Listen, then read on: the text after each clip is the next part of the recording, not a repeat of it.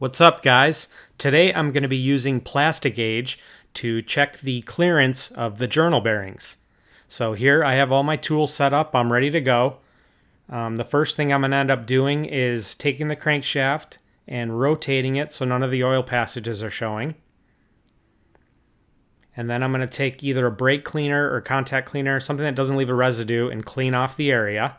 This will help keep it in place better. And then I'll go ahead and grab my Plastigage, which you'll see here.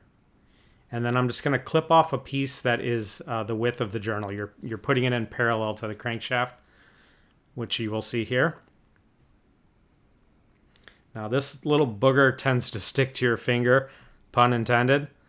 So you're going to have to mess with it for a little bit. You want to get it in the right spot so that when you put the top crankcase on, it doesn't move out of place.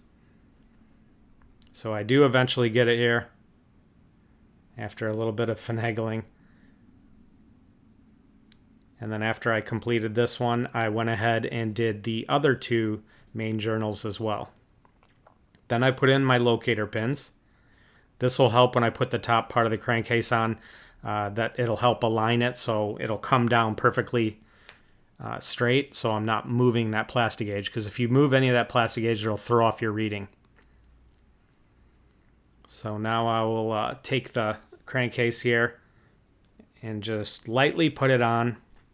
Make sure I'm aligning perfectly with those locator pins, and then I can go ahead and give it a little press. Then all I need to do is grab the bolts that are going to be surrounding the crankshaft. Now these are torque to yield bolts. So the first step is just cinching them down, all in the right order. And then I'm going to do 10 Newton meters, followed by 30 Newton meters. And then after I've completed that, I will move on to the dial indicator. Now this is what we use to do torque to yield bolts, which are stretch bolts.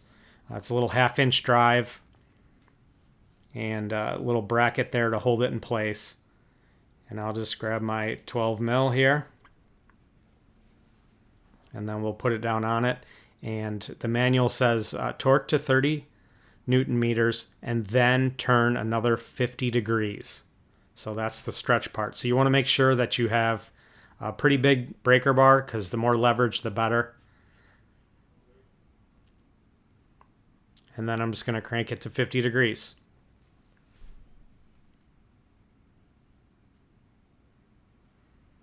And then after I'm finished with that, I will go ahead and do the other 5. I'll speed those up a little bit so you guys don't have to wait for it. And then I'll just go ahead and take them all off. I'm going to do this in reverse order. So it'll 6, 5, 4, 3, 2, 1. Luckily, the Kawasaki engineers labeled each one of them. If you can, it's hard to see from here, but they labeled them 1 through 6. So now I could take the top off, and you don't have to be as gentle as you are when you put it on, because the Plastigage is already smashed and down in place. So I'm going to grab the wrapper that it came in, and there's multiple little measurement tools on there, so I'll just clip off one of them. And then I will align it.